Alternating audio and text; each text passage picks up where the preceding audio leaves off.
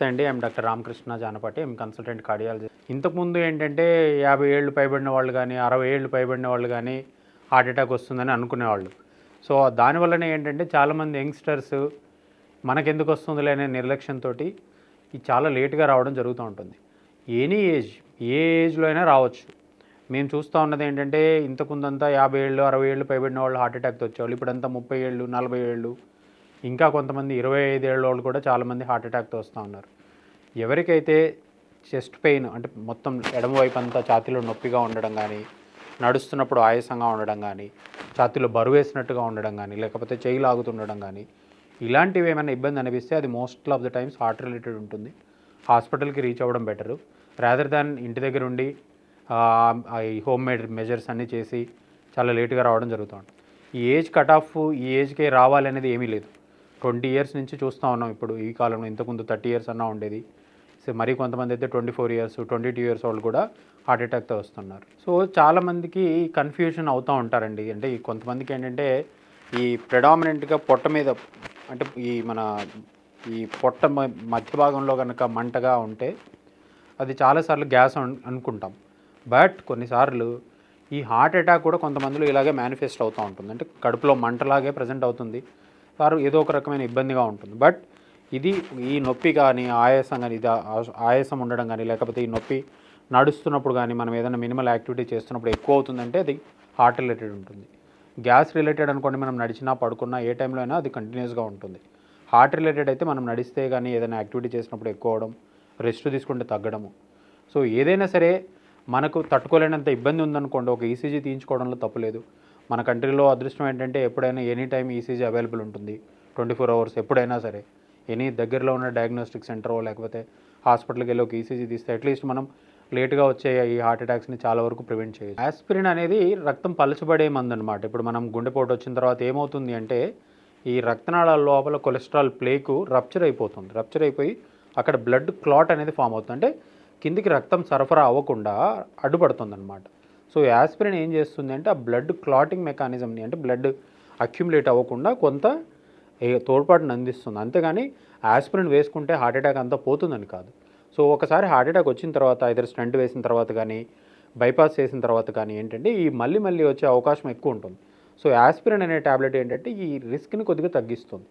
But aspirin అనేది అందరూ తీసుకోవడానికి కాదు, ఎవరికైతే ఇండికేషన్ ఉందో వాళ్ళే తీసుకోవాలి.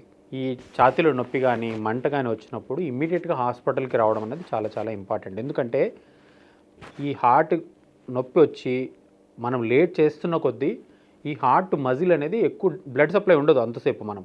ఎందుకంటే blood cut off, total blood supply లేకపోతేనే మనకు నొప్పిలాగా మేనిఫెస్ట్ అవుతూ ఉంటుంది. మనం లేట్ చేస్తున్న కొద్దీ ఏంటంటే ఈ హార్ట్ మజిల్ అనేది కంప్లీట్గా డ్యామేజ్ జరుగుతూ ఉంటుంది. సో ఎప్పుడైనా సరే నొప్పి, భరించలేనంత నొప్పి అండ్ చెయ్యి లాగడము, చెమటలు పట్టడము, లేకపోతే ఈ నొప్పి వల్ల మధ్యరాత్రి మనం లేచి కూర్చున్నంత ఇబ్బందిగా ఉందనుకోండి, అది డెఫినెట్గా హార్ట్ అటాక్ అయి ఉండొచ్చు. సో మనం కంపల్సరీ హాస్పిటల్కి వచ్చి ఈసీజీ తీయించుకోవడంలో ఒక తప్పు లేదు, ఏముంది కదా. మనం మంచిగా ఉండడం ఇంపార్టెంట్. అంతేగాని మనం ఒక రోజు రాత్రి నిద్ర డిస్టర్బ్ అయింది హాస్పిటల్కి వెళ్ళాము, దీనికంటే కూడా we have to be identify చేయడం. సో ఎందుకంటే ఇట్లా లేట్ చేస్తున్న కొద్దీ అనేది హార్ట్ మజిల్ కంప్లీట్గా డ్యామేజ్ జరుగుతుంది, అంటే ఇర్రివర్సిబుల్గా డ్యామేజ్ అవుతుంది. మీరు 10 గంటల తర్వాత వచ్చి హార్ట్ మళ్ళీ నార్మల్కి తీసుకురావడం అనేది ఏం చేసినా రాదు. సో మనం స్టంట్ వేసినా రాదు, బైపాస్ చేసినా రాదు, ఏం చేసినా రాదు. ఎందుకంటే ఈ టైం డిలే అవుతున్న కొద్దీ ఈ మజిల్ అనేది కంప్లీట్గా డ్యామేజ్ జరుగుతూ ఉంటుంది. సో హార్ట్ అటాక్ పెయిన్ అనుకోండి, మనం వితిన్ 3 అవర్స్ ఆ రక్తనాళాన్ని కనుక మనం ఓపెన్ చేస్తే ఐదర్ ఇంజెక్షన్ ఇవ్వడం వల్ల కానీ, లేకపోతే స్టంట్ వేయడం వల్ల కానీ, ఈ రెండింటి ప్రాసెస్ వల్ల రక్తనాళాన్ని ఓపెన్ చేసి బ్లడ్ సప్లైని మనం రిస్టోర్ చేస్తే హార్ట్ మజిల్ అనేది మళ్ళీ కోలుకుంటుంది, డ్యామేజ్ జరగకుండా ఉంటుంది. అట్లీస్ట్ రికవరీ అయ్యేదానికి పాసిబిలిటీ ఎక్కువ ఉంటుంది. ఈ లేట్ అవుతున్న కొద్దీ ఏంటంటే ఈ హార్ట్ మజిల్ డ్యామేజ్ అవుతుంది. ఈ మజిల్ డ్యామేజ్ అవ్వడం వల్ల ఏమవుతుందంటే వీళ్ళకి ఇర్రెగ్యులర్ హార్ట్ బీట్ వచ్చి సడన్గా కొలాప్స్ అయిపోవడము, వీటీ అంటాం, వెంట్రుకులర్ టెకికార్డియా. సో సడన్గా అట్లాంటి ఇర్రెగ్యులర్ హార్ట్ బీట్ వచ్చి పేషెంట్ సడన్గా అన్కాన్షియస్ అయిపోవడము, లేకపోతే లేట్ చేస్తున్న కొద్దీ ఏంటంటే హార్ట్ మజిల్ రప్చర్ అయిపోవడము, హార్ట్లో హోల్ ఏర్పడడం, ఇలాంటివన్నీ కాంప్లికేషన్స్ అవుతూ ఉంటాయి. సో అందుకోసమని ఎనీ టైం ఈ నొప్పి అనేది కనుక హార్ట్ రిలేటెడ్ అనిపిస్తే వెంటనే హాస్పిటల్కి రావడం, ఎర్లీగా ట్రీట్మెంట్ చేసుకోవడం అనేది ఉత్తమం. నిద్ర లేకపోవడం వల్ల కంటే కూడా నిద్ర లేకపోతే ఏంటంటే మన బాడీలో స్ట్రెస్ లెవెల్స్ పెరిగిపోతాయి. సో దీనివల్ల ఏంటంటే మన ఉండాల్సిన స్ట్రెస్ లెవెల్స్ కంటే ఎక్కువ ఉండడంతో ఈ కొలెస్ట్రాల్ ప్లేక్ రప్చర్ అనేది ఇవన్నీ ఎక్కువ జరుగుతూ ఉంటాయి. సో సో దానివల్ల హార్ట్ అటాక్ వచ్చే రిస్క్ ఎక్కువగా ఉంటుంది.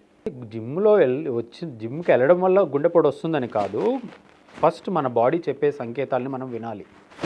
సో చాలామందికి ఏంటంటే మనం ఎక్సర్సైజ్ చేస్తున్నప్పుడు కానీ, జిమ్లో ట్రెడ్మిల్ చేస్తున్నప్పుడు కానీ ఛాతీలో పట్టేసినట్టు అనిపించడము, ఆయాసంగా అనిపించడము, కళ్ళు తిరిగినట్లు అనిపించడము, వీళ్ళు ఏంటంటే ఇంకా ఎక్కువ చేద్దాం, ఇంకా ఎక్కువ స్పీడ్ పెడదాం, ఇంకా ఎక్కువ స్లో పెడదామని ఓవర్ అగ్రెసివ్గా ఎక్సర్సైజ్ చేస్తూ ఉంటారు. అంటే మీరు ఎన్నడూ జిమ్కి వెళ్ళకుండా ఒకే రోజు వెళ్ళిపోయి నేను 10 స్పీడ్లో పరిగెత్తుతాను, 12 స్పీడ్లో పరిగెత్తుతాను అనడం తప్పు. ఎందుకంటే మన బాడీ అడాప్ట్ అవ్వలేదు ఆ ఎక్సర్సైజ్కి. ఒకసారి అడాప్ట్ అయిన తర్వాత మనం స్లోగా ఈ ఎక్సర్సైజ్ కెపాసిటీని అనేది పెంచుకుంటూ పోవాలి. సో మీ బాడీ కనుక ఏదైనా ఇండికేషన్ ఇస్తుంది అనుకోండి, లైక్ ఛాతీలో నొప్పి కానీ, ఛాతీలో పట్టేసినట్టు అనిపించడం కానీ, ఆయాసంగా కానీ, కళ్ళు తిరుగుతున్నట్లు అనిపించడం కానీ, ఇలాంటి వాళ్ళు జిమ్ చేయకపోవడమే మంచిది. లైక్ అంటే కంప్లీట్గా అవాయిడ్ చేయడం కాదు, but at least consult before again restarting your gym. So diabetic పేషెంట్స్కి నాన్ డయాబెటిక్ పేషెంట్స్ కంపేర్ చేస్తే diabetics are at 2 to 4 times at higher risk of developing heart attack. అంటే 2 నుంచి 4%, 4 రెట్లు ఎక్కువగా వీళ్ళకి హార్ట్ అటాక్ రిస్క్ ఉంటుంది. ఎందుకంటే డయాబెటీస్ ఉండే వాళ్ళు ఏంటంటే కొలెస్ట్రాల్ లెవెల్స్ ఎక్కువగా ఉన్నా, లేకపోతే కొలెస్ట్రాల్ లెవెల్ నార్మల్గా ఉండి కూడా ఈ కొలెస్ట్రాల్ ప్లేక్ ఫార్మేషన్ అనేది చాలా ర్యాపిడ్గా ఉంటుంది. సో వీళ్ళకి ఒక మామూలు పేషెంట్స్కి ఒక చోటనే కొలెస్ట్రాల్ ప్లేక్ ఫార్మేషన్ ఉంటుంది. బట్ డయాబెటిక్ పేషెంట్స్కి ఏంటంటే అన్ని రక్తనాళం మొత్తం కూడా కొలెస్ట్రాల్ ప్లేక్తో నిండిపోయి వీళ్ళకి హార్ట్ అటాక్ రిస్క్, లేకపోతే బ్లాక్స్ ఉన్నా కూడా మల్టిపుల్ లెవెల్స్లో బ్లాక్స్ ఉండేదానికి రిస్క్ ఉంటుంది. నాట్ ఓన్లీ హార్ట్ అటాక్, వీళ్ళకి ఏంటంటే పక్షవాతం రిస్క్ ఎక్కువగా ఉంటుంది. ఈ కాళ్ళ రక్తనాళాల్లో బ్లాక్స్ ఉండేదానికి అవకాశం ఎక్కువగా ఉంటుంది. వీళ్ళందరికీ పెరిఫెరల్ ఆర్టరీ డిసీజ్ అంటాం. సో ఈ రక్తనాళాల్లో కూడా అంటే సేమ్ హార్ట్కి ఏ విధంగా రక్తనాళాలు ఉన్నాయో మిగతా బాడీ పార్ట్స్ కూడా ఉంటాయి. సో ఈ బాడీ పార్ట్స్లో ఎక్కడైనా కూడా ఈ కొలెస్ట్రాల్ ప్లేక్ ఫార్మేషన్ అయ్యి దాని నుంచి ప్రాబ్లమ్స్ వచ్చేదానికి అవకాశం ఎక్కువగా ఉంటుంది.